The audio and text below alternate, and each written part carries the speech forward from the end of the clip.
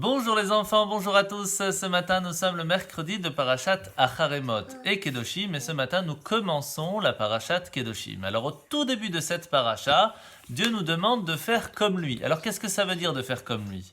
Eh bien, par exemple, lorsque Adam et Ève se sont retrouvés tout nus, il leur a donné des habits. De la même façon, nous aussi, si on voit quelqu'un qui n'a pas assez d'argent pour pouvoir s'habiller, on se doit de faire qu'il ait de quoi s'habiller. De la même façon, on voit que quand Abraham il était un peu fatigué, après avoir fait la circoncision, il était malade, Hachem, Dieu est venu le voir pour voir comment est-ce qu'il va, etc.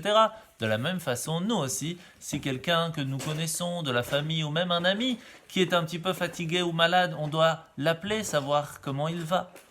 Eh bien, il y a une chose très importante que l'on doit savoir, c'est qu'il y a quelque chose que Dieu nous a donné, qui est très important à avoir pour toute notre vie. Et pour comprendre cela, je vais vous raconter une histoire. Il y avait une fois 3 amis qui sont partis dans une très grande université pour apprendre plein de choses.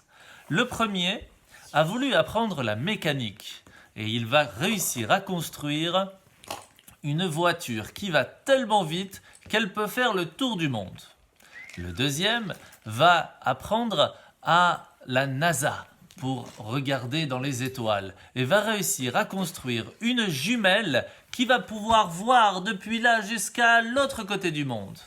Et un autre a appris la médecine. Il est devenu un très grand médecin et a réussi à faire un médicament qui guérit toutes les maladies.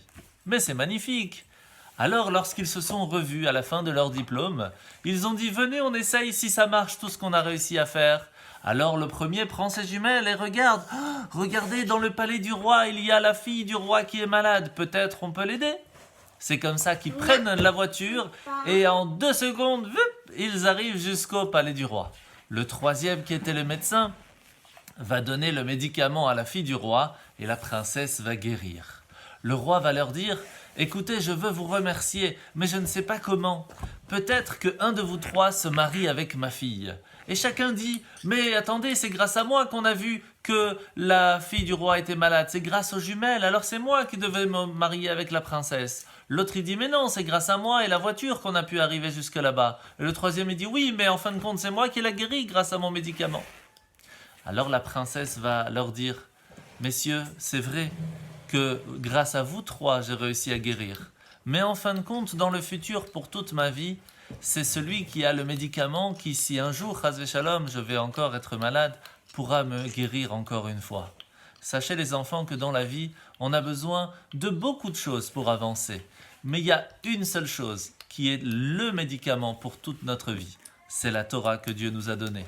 Lorsqu'on apprend la Torah, lorsqu'on écoute la Torah, on sait que tout va bien se passer. Bonne journée!